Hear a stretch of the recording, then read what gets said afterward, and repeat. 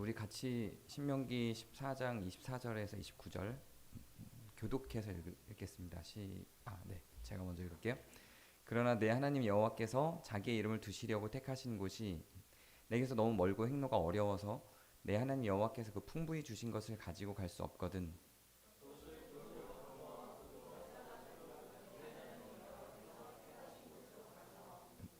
내 마음에 원하는 모든 것을 그 돈으로 사되 소나 양이나 포도주나 독주 등 내 마음에 원하는 모든 것을 구하고 거기 내 하나님 여호와 앞에서 너와 내 권속이 함께 먹고 즐거워할 것이며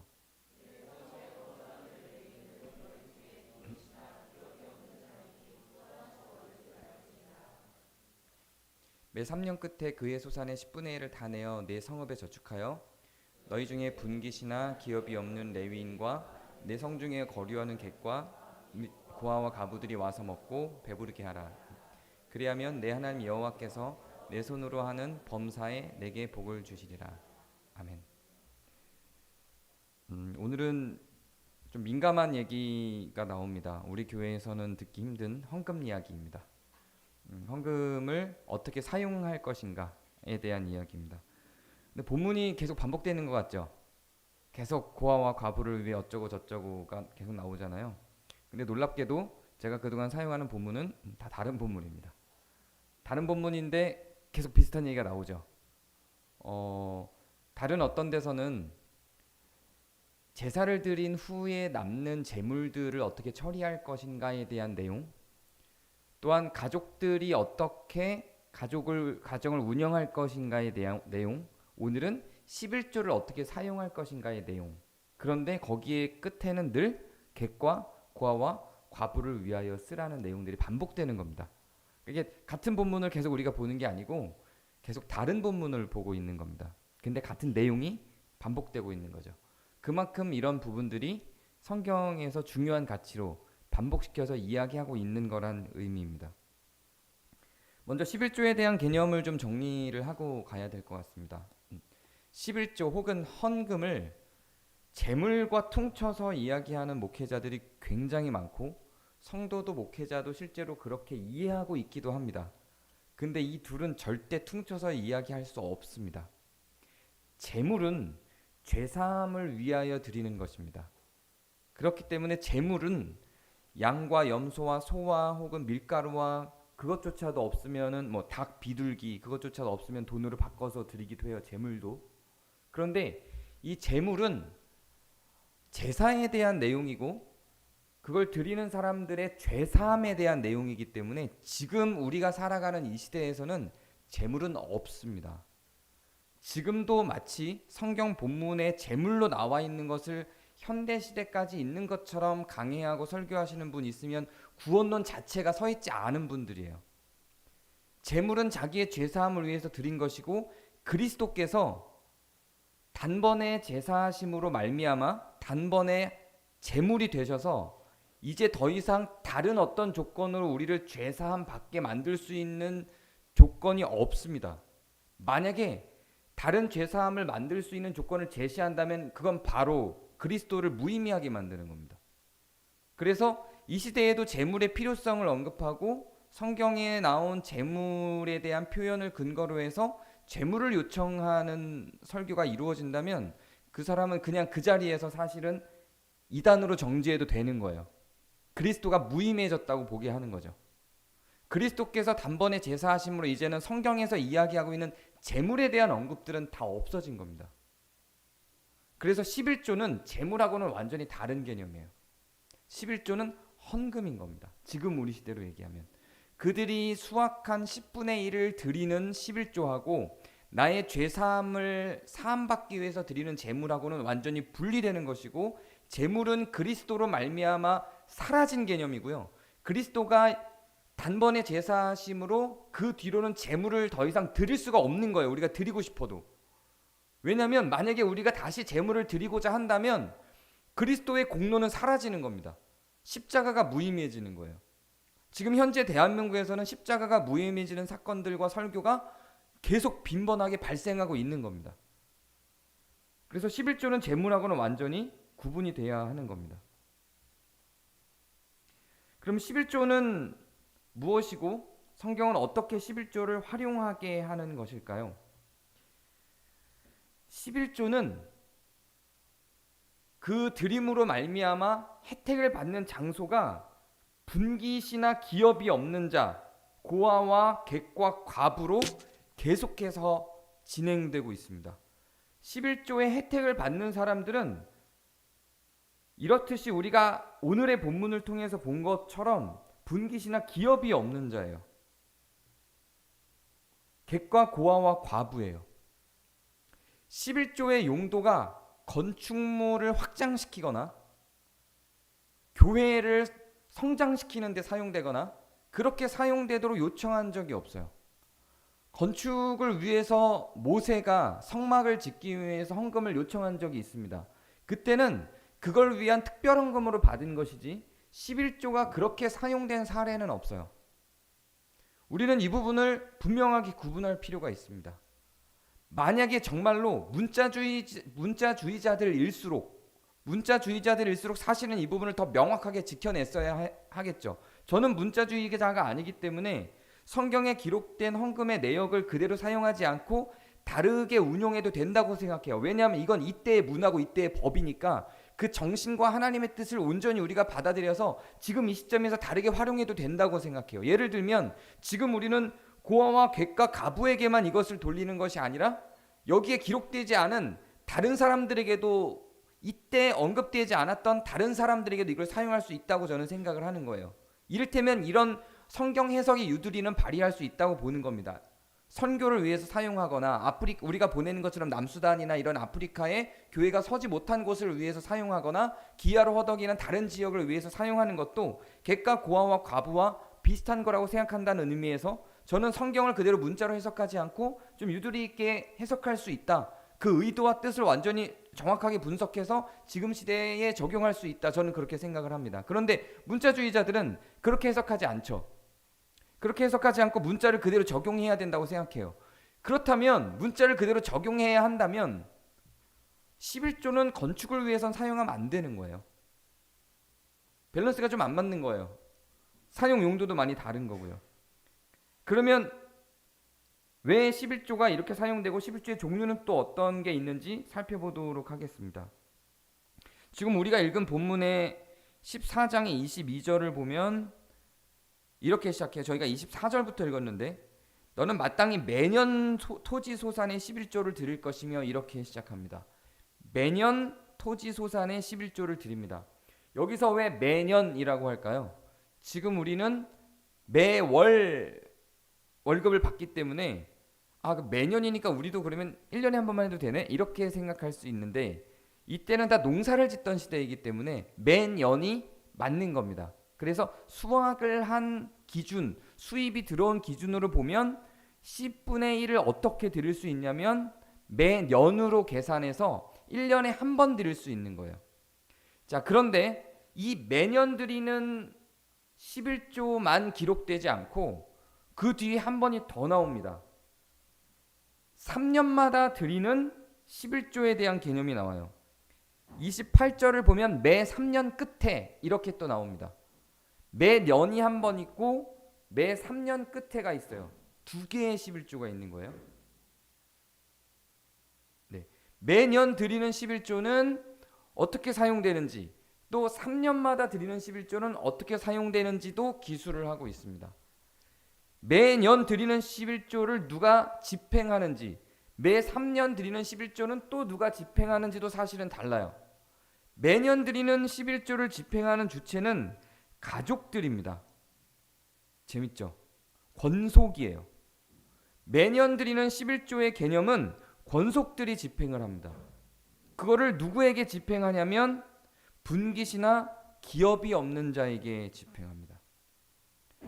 그러면 그 분깃이나 기업이 없는 자의 기준을 누가 정할 것이며 분깃이나 기업이 없는 자를 누가 선별할 것인가, 이런 것들도 마찬가지로 그것을 집행하는 사람들이 선별하고 정하겠죠. 그것을 여기에서는 우리가 읽는 책에서는 너와 내 권속이 함께 먹고 즐거워할 것이며 거기에 너와 내 권속만이 아니라 성읍에 같이 거주하는 레위인과 분깃이나 기업이 없는 자를 저버리지 말고 함께 하라고 해요. 자, 그럼 여기를부터 먼저 한번 보도록 할게요. 이 매년 얻는 11조를 집행하는 주체가 권속인데, 이 권속은 가족을 얘기하는 거예요. 좀 어렵게 말을 써서 그래요. 가족입니다. 가족이 그것을 함께 먹고 즐거워하는데 하는 게 그 우선인데, 거기에 그것만 있는 게 아니라 성읍에 거주하는 레위인과 성읍에 거주하는 너희 중에 분깃이나 기업이 없는 자예요. 먼저 여기서 성읍은 우리식으로 얘기하면 함께 얼굴을 보고 살 수 있는 마을 단위의 이웃들이에요. 같은 성읍에 있는 사람들은. 여기서 레위인을 왜 끼냐면 레윗은 분깃이 없어요. 레윗은 분깃이 없기 때문에 다른 사람들처럼 일을 하고 살 수 있는 사람들이 아니기 때문에 챙겨주라는 이야기예요. 그리고 거기에 분깃이나 기업이 없는 자들은 어떻게 만들어질까요? 처음에 분명히 이스라엘이 출발할 때 분깃을 다 나누고 기업을 다 나눠줬어요. 근데 분깃이나 기업이 없는 사람들은 어떻게 발생할까요? 먼저 돈을 벌 수 없는 사람들에게는 기업이 없겠죠. 일을 얘기하는 거예요. 분깃은 자기에게 나눠진 재산을 얘기하는 거고, 기업은 일을 얘기하는데, 기업이 없다라고 하는 건 일할 수 없는 사람들이에요. 대표적으로 고아와 과부겠죠. 뒤에는 고아와 과부가 정확하게 명시가 돼요. 대표적으로는 고아와 과부일 거예요. 그리고 고자도 있어요. 나중에는 나와요. 고자라고. 고자들도 그때는 일을 못했어요. 왜 안 시켰는지는 모르겠어요. 고자들도 일을 못했어요. 그리고 그 일을 할 수 없는 다른 장애를 가진 사람들도 다 이렇게 표현을 했겠죠. 그리고 기업뿐만 아니라 분깃이 없는 사람들에 대해서는 분깃은 초반에 다 나눠줬거든요. 근데도 분깃이 없는 사람들이 생겼단 말이에요. 어떤 사람들이 그러면 분깃이 없을까요? 여러 가지 이유가 있을 거예요. 무엇인가를 일을 하다가 돈을 빌리고 그걸 갚지 못하고 이런 상황들이 있겠죠. 거기에서 더 많은 돈을 갖고 있는 사람들이 그 돈을 빼앗아 가거나 그 분깃이 빼앗기는 일들이 발생했겠죠. 그렇게 억울하게 분깃이 없어진 사람들도 있을 거예요. 근데 꼭 그렇지만은 않아요. 여기에는 범죄하는 사람들도 있어요. 어떤 여성을 겁탈하다가 걸려도 분깃을 빼앗깁니다. 거짓말하거나 남의 것을 훔치다가 걸려도 분깃을 빼앗깁니다. 다 빼앗는 게 아니라 거기 할당된 법에 따른 빼앗겨야 되는 내용들이 있어요. 그런데 그런 일들이 많아지면 나중에는 다 빼앗기겠죠. 그렇게 해서 분깃이 없어지겠죠. 자, 그러면 이렇게 해서 분깃이 없어진 사람들을 챙겨줘야 되는 건가요? 같이 내가 벌고 내가 벌어들인 수확으로 11조를 만들어서 그렇게 자기가 범죄함으로 분깃이 없어진 사람들도 같이 챙겨줘야만 하는 건가요? 이런 불만이 생기지 않겠어요? 성경은 그것도 챙겨주라고 이야기를 하는 겁니다. 지금 국가 시스템을 봐도 이런 불만들이 많이 있죠. 왜 사형제도를 없애냐? 사형제도를 부활시켜서 저 감옥에서 저 나쁜 짓 한 사람들 먹여주고 재워주는 거 저거 우리 세금으로 다 나가는 건데 그거 너무 아깝지 않냐? 그런 거 다 주지 말고 다 사형시켜서 우리 세금이 쓸데없는 데 쓰이지 말게 해라. 이런 것들이 있겠죠. 그런데 사실은 성경적인 가치로 보자면 그렇게 분깃이 없는 사람들을 다 도움의 대상으로 보는 거예요. 변화의 대상으로 보기도 하는 거고요. 근데 그것을 누가? 권속이. 실제로는 가족 단위에서 그것을 집행을 하는 겁니다. 요 이야기는 조금 더 이따가 얘기할게요. 왜 가족 단위에서 그것을 집행하는지에 대해서. 그러면 이것들을 집행하는 데 필요한 과정이 또 있어요. 진행하는 과정이. 원래는 이때에는 자기들이 수확한 수확물의 10분의 1을 그대로 가서 함께 나눕니다. 내가 양을 10마리 키웠으면 그 중에 한 마리, 뭐 조나 수수나 곡식들이 10kg를 수확했으면 그 중에 1kg 이렇게 가져가서 집행을 하는 거였어요. 그런데 이 양이 많고 이것들을 가지고 이동해서 나누기가 어려워요.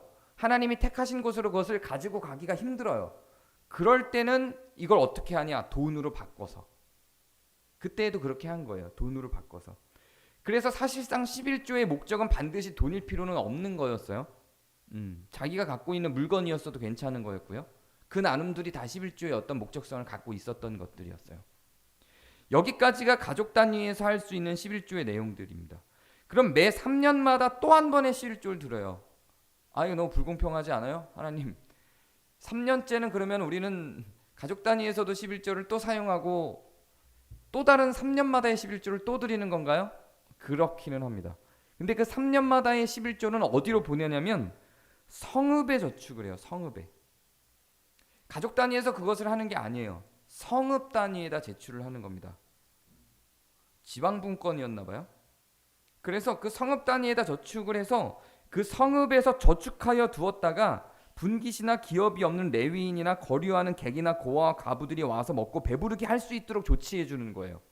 이게 복지죠. 그 예전에 그 전에 보고할 때 남수단에 대해서 제가 이제 예아가 영화 상영하고 나서 남수단에 대해서 이야기를 하던 때가 있었어요. 그때 그 부족의 문화에 대한 이야기를 할 때 뭐 좋은 점과 나쁜 점 얘기하는데 저는 나쁜 점만 그때 좀 얘기를 했었어요. 뭐 여성들이 너무 많이 당하고 어린이들이 뭐 착취당하고 이런 것들을 좀 얘기를 했었는데 좋은 점도 있었어요. 어떤 좋은 점이 있었냐면 어떤 측면에서는 우리나라가 갖고 있는 정치 제도보다도 훨씬 더 잘 확보되어 있는 복지 제도가 있었는데 소를 다른 동물들은 꼭 그렇게 하지 않는데 소는 그 부족이 9천 명인데 그 부족 전체가 소를 같이 키웁니다. 그래서 소떼를 아예 같이 다 키우고요. 그래서 수백 마리 수천 마리의 소가 그냥 저도 세어보질 않아서 뭐 너무 끝을 알 수가 없게 굉장히 많은 양의 소들을 함께 키우기 때문에 저도 세어보지는 않았는데 어마어마한 양의 소들을 같이 키워요. 그리고 그건 그 부족의 공동자산이에요. 거기에 자기 소도 있어요. 거기마다 소마다 자기들 가족이나 가문에 표시를 해둡니다. 근데 그거를 자기들의 소라고 자기가 혼자 키우는 게 아니라 그 부족의 가족 구성원들이 돌아가면서 그 소를 오늘은 어떤 가족에서 그거를 키우고 내일은 어떤 가족에서 키우고 이런 식으로 돌아가면서 그 소를 키워요. 그리고 그렇게 공동자산으로 마련해 놓은 소는 전쟁으로 인해서 고아가 된 아이들이나 과부나 독거노인들을 위해서 사용해요. 대단하지 않아요? 부족이 공동체로서 그것을 활용하기 위한 어떤 방법들인 거예요. 그런 걸 하는 거예요. 성경상에서도. 성읍에다가 3년마다 발생한 11조를 다 저축을 하고 그 실행을 성읍에서 집행을 해주는 거예요. 그래서 11조는 두 개가 등장하는 거예요. 매년 하는 11조로서 가족 단위에서 집행해서 분깃이 없는 자나 기업이 없는 자를 먹여 살리는 것과 또 성읍에다 3년마다 11조를 해서 그 성읍이 그것을 제도적으로 주도적으로 고아와 과부와 거류하는 객들을 먹여 살리는 일을 하는 겁니다. 여기에는 좀 더 조직적인 어떤 내용들이 들어갈 수 있겠죠. 먼저 하는 그 가족 단위에서 집행하는 11조는 가족이 직접 집행하기 때문에 가족의 권위도 그 안에 있을 것이고요. 그 가족이 얼마나 무엇을 잘 집행해내서 베푸는지도 보일 거고요. 그리고 그 가족들이 그것들을 집행할 때 거기에 오는 사람들도 한정되고 그 사람들과 그 가족들이 권속들이 함께 먹고 마실 때 서로 알게 되는 이웃과의 관계도 진행이 될 수도 있겠죠. 그래서 그 가족에 와서 얻어먹는 기업과 분깃이 없는 사람들은 그 가족들에게 고마워하기도 할 거예요. 그렇게 해서 개인적이고 긴밀한 관계들이 형성될 겁니다. 그런데 성읍에다가 제출해서 성읍에서 그것을 집행하는 건 누가 얼마를 냈는지를 알 수는 없겠죠. 다만 성읍에 쌓일 거예요. 그리고 성읍이 그것을 배분하고 여기 배불리 먹고 마실 수 있게 하라 그랬죠. 그래서 배부르게 할 수 있도록 그 분배를 해서 객과 고아와 과부들이 배고프지 않게 집행을 해내겠죠. 이 두 가지 방향으로 가게 되는 거예요. 성경은 이렇게 두 제도를 다 사용하고 있습니다. 우리가 어떻게 이 세상을 향하여 빛과 소금이 될 것인가에 대해서, 어떻게 이 세상에 그리스도인들의 사랑을 흘려보낼 것인가에 대해서 고민을 할 때 우리가 먼저 복음을 전하는 것으로만 한정되어서 그것을 빛과 소금이라고 계산하는 사람들에 대한 문제는 제가 그동안 워낙 많이 비판해 왔기 때문에 더 이상 언급하지 않을게요. 마치 그리스도란 이름이 들어가도록 복음을 전하는 것만이 복음인 줄 알고 있는 사람들에 대한 이야기는 그동안 제가 수년 동안 이미 많이 했기 때문에 그게 잘못됐다는 거는 인식을 충분히 하셨을 거라고 생각하고, 혹시 여전히 그렇게 생각하고 있는 사람들은 또 그렇게 생각해도 큰 문제는 없어요. 괜찮아요. 그리고 저의 이런 설교들이 불편하다면 와서 질문해드리면, 그동안 제가 워낙 많이 한 거기 또 반복하기는 어려워서, 성경은 그렇게 이야기하고 있지는 않습니다.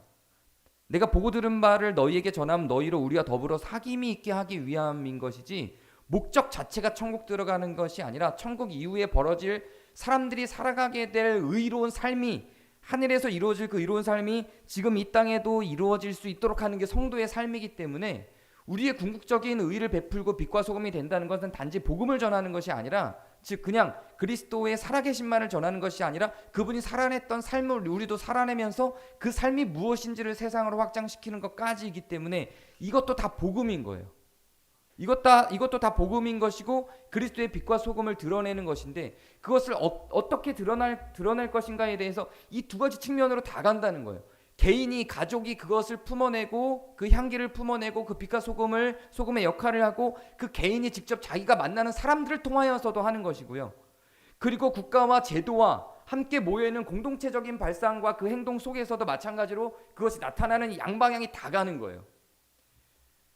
이런 주장을 하시는 분들도 많아요.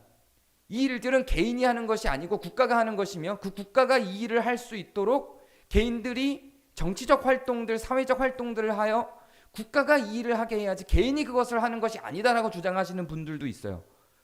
이거는 저는 온전한 기독교적인 발상은 아니라고 생각합니다. 사람이 삶을 살아가면서 선행을 베푸는 것이 단지 그 도움을 받을 사람들에 대한 목적으로만 한다면 이렇게 생각할 수 있어요. 그런데 선행을 베풀고 사랑을 나누고, 그 사랑하고 선한 의지를 가지고 정의로운 삶을 살아가는 그 사람이 그 정의로운 행동을 하고 그것을 선언하고 그 선행의 삶을, 사랑의 삶을 베푸는 걸 통해서 그걸 베푸는 사람도 성장하는 거예요. 이거는 교육적 차원도 있고요.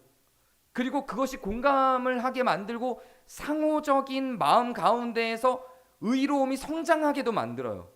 단지 국가에다가 혹은 공동체에다 그것을 위탁하고 나는 선행을 베풀지 않고 국가가 그 선행을 베풀 수 있도록 제도화하는 것만 하겠다라고 하는 건 성경적이거나 기독교적인 가치는 아니고 하나님의 의미는 아니에요. 하나님은 오히려 국가적인 제도적 차원에서 방비하는 것보다 개인과 가족이 그것을 하는 것에 더 큰 가치를 두고 있어요. 왜냐하면 그것을 통해서 그 사람이 실제로 자기가 돕는 사람들과 사랑을 베푸는 대상들과 만나고 접촉하며 성장하기 때문에 그래요. 여기에 더 큰 방점이 있어요. 성경은 이걸 무시할 수 없어요. 세대가 흘러가면서 근데 이게 굉장히 많이 무시되고 있어요.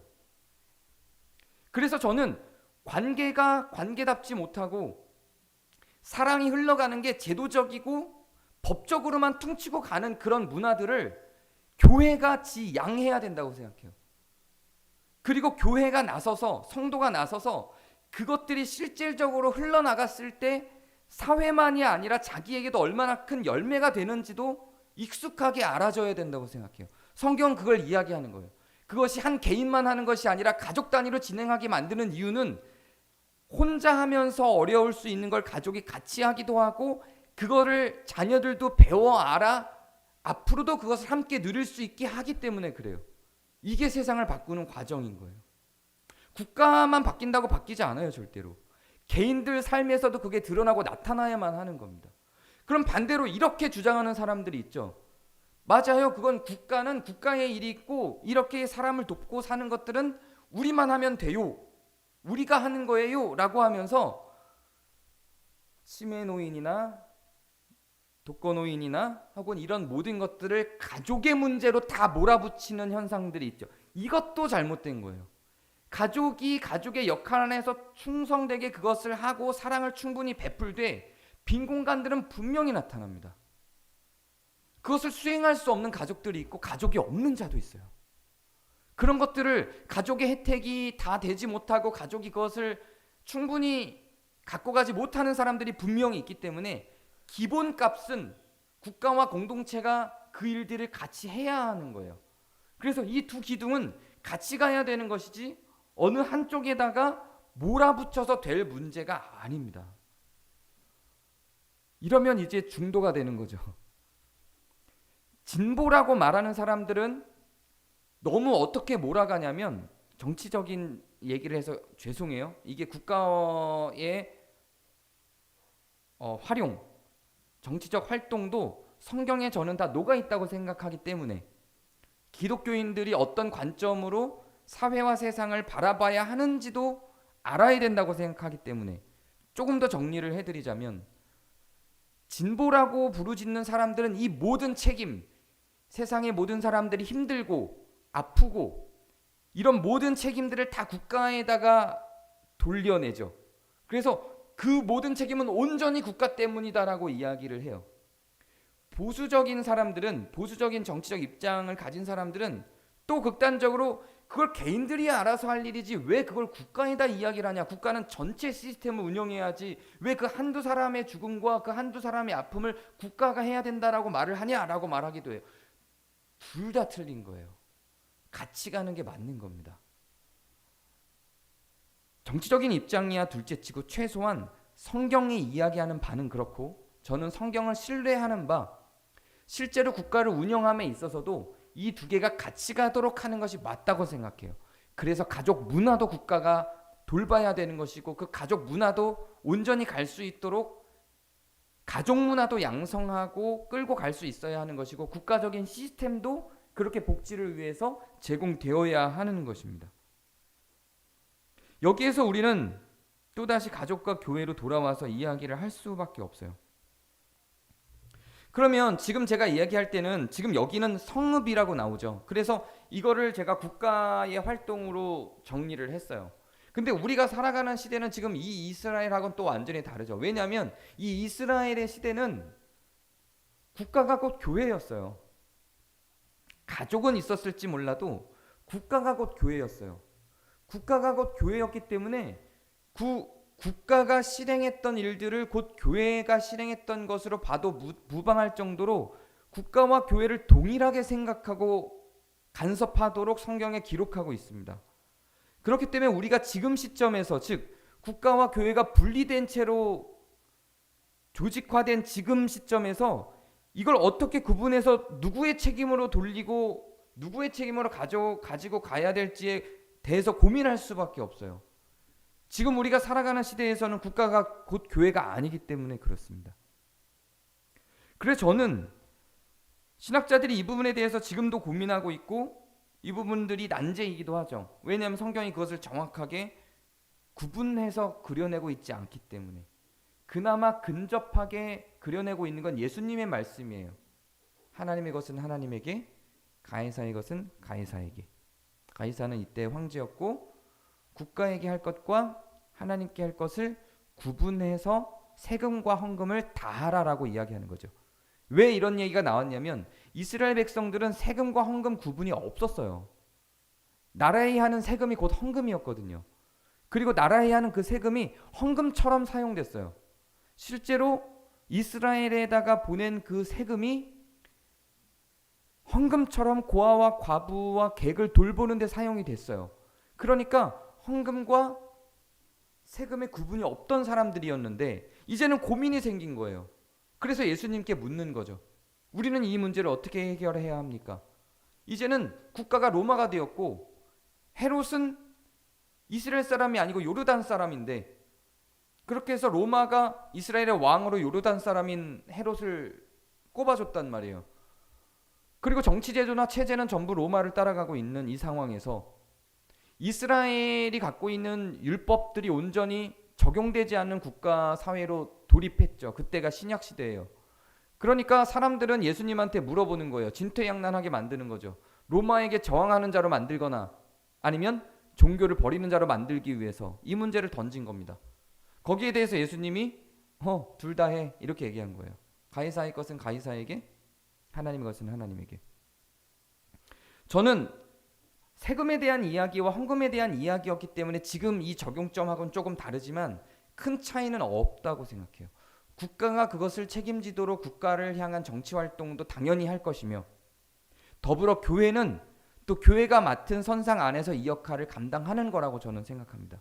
그래서 우리는 현대를 살아가는 기독교인들은 세 가지 영역에서 이 활동을 하는 거예요. 이웃을 돌아보고, 이웃을 사랑하고, 그래서 우리의 도움이 필요하거나 우리의 사랑이 흘러가야 될 대상들에 대해서 내가 직접 우리 손으로 가족과 함께 혹은 내가 단독자로서 다가가서 사랑을 베풀고 도움을 주는 것도 해야 되는 첫 번째 단계입니다. 이게 제일 중요한 단계예요. 그리고 그 역할을 또 헌금을 통해서 교회가 감당할 수 있도록 공동체가 함께 나 혼자 하지 못하는 다른 영역들에 대하여 교회가 할 수 있도록 또 하는 겁니다. 그리고 국가도 그것을 할 수 있도록 정치적인 활동을 하고 이러한 성경적인 가치관을 갖고 복지에 대해서 고아와 과부와 분깃이 없는 자에 대해서도 생각할 수 있는 정책을 갖고 있는 정치인들을 뽑으며 그렇게 정치 활동을 할 수 있는 세 가지 역할들을 다 할 수 있는 그런 시대, 다 해야 하는 그런 시대에서 우리는 살아가고 있는 거예요. 교회에다가도 모든 걸 몰입할 수도 없고 국가에다가도 모든 걸 위탁할 수도 없고 우리 스스로 우리 혼자만도 다 할 수는 없어요.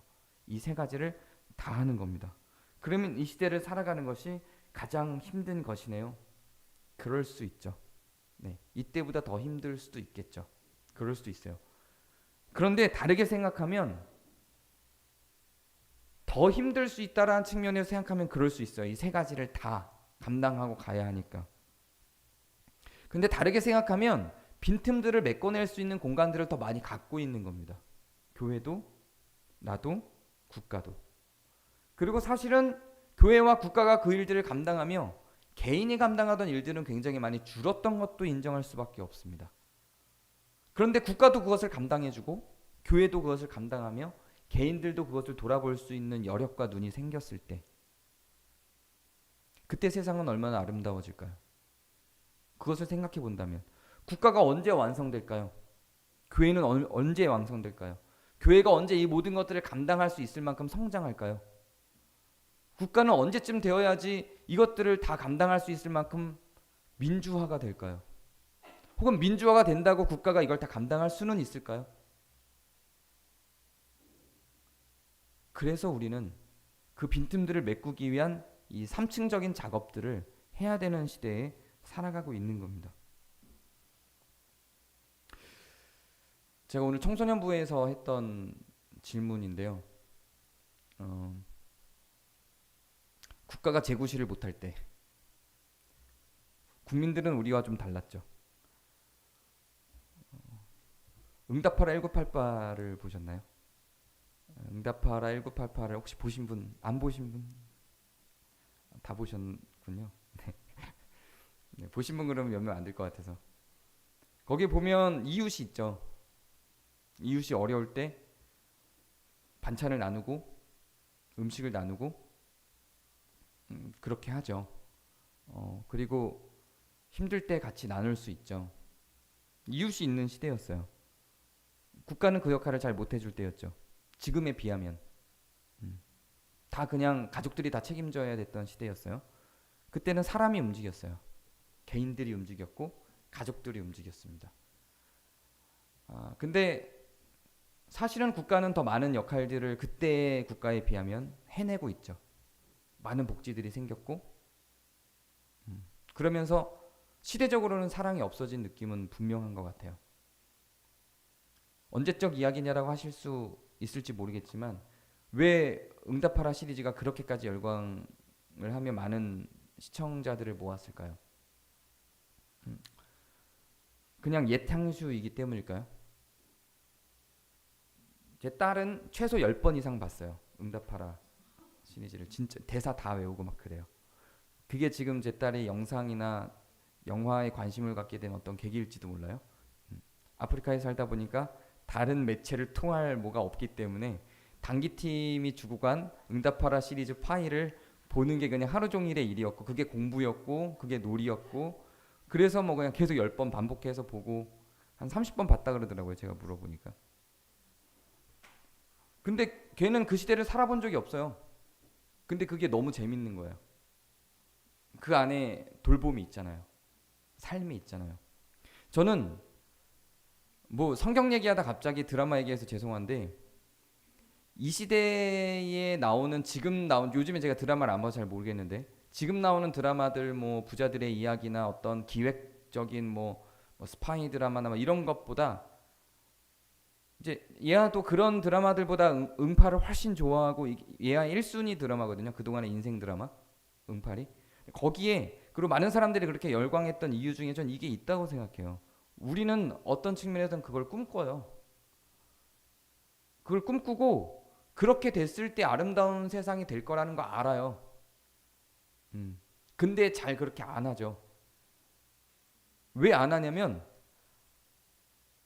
가치적으로도 국가가 해줄 거라는 생각도 있고 국가가 이미 많이 해주기 때문이기도 하지만 아까워서 그래. 아까워서.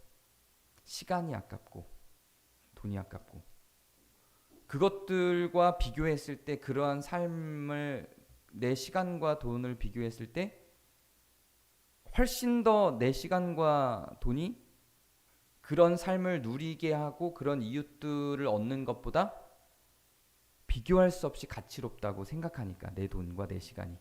그러니까 거기에 쏟아부을 그 어떤 의미도 없는 거죠. 그런 시대로 가고 있어요. 그렇게 계속해서 어떤 문화들이 우리에게 조작해내고 있죠. 저는 그거를 역행해야 된다고 생각합니다. 시대는 분명히 발전합니다. 저는 그걸 믿어요. 점점점 의로워지고 세상은 점점점 의로워지고 하나님의 뜻에 맞게 하나님 나라에 맞게 성장할 거예요. 저는 그걸 믿어요. 그러나 이렇게 성장하는 건 아니에요. 어떤 부분은 성장하고 어떤 부분은 쇠퇴하고 또 그 쇠퇴했던 부분들은 또다시 성장하고 이렇게 할 겁니다. 지금 유럽은 마을 공동체 운동들이 굉장히 많아요. 그래서 한국보다 마을 공동체가 더 잘 돼 있어요. 그걸 모델링해서 우리나라에서도 마을 공동체 시스템을 구축하고 갖고 오려고 하는데 잘 안 돼요. 그래서 우리 교회에서도 마을 공동체 지도자인가 그 과정을 밟으신 성수아 집사님과 이진식 전도사도 있죠. 네.